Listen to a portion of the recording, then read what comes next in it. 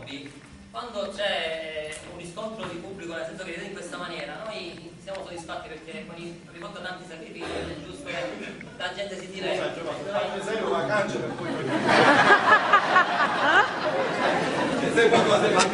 Allora ora che passate, ma non fanno male. Allora, a parte, allora, prima di tutto volevo ringraziare voi tutti. Facciamo un applauso.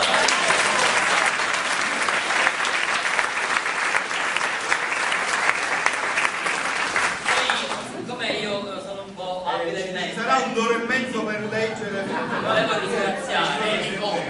ringraziare le persone che hanno contribuito alla realizzazione di questo palco, perché prima il palco era lì e poi l'avevo trasportato.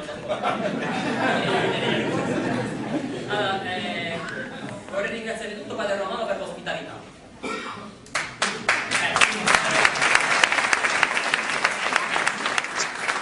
poi le persone che con il lavoro e sacrificio, tra parentesi c'è scritto gratis, hanno contribuito alla realizzazione di questo palco. Ringrazio Rosario Conigli,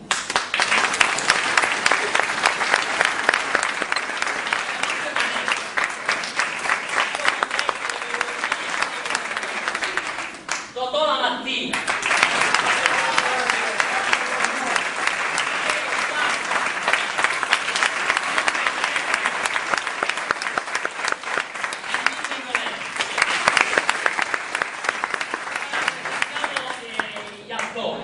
siamo ancora o no? Sì, allora, Filippo Loverde,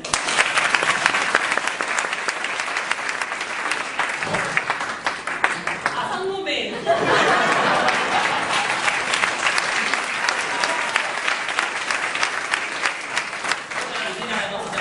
non si preoccupi, domani cominciamo a scappiamo. Alessia Piazza,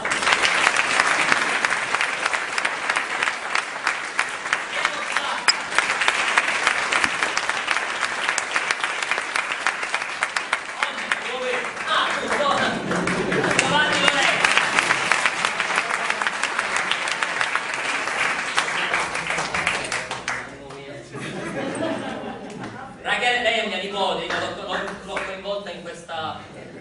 Rachele Barretti.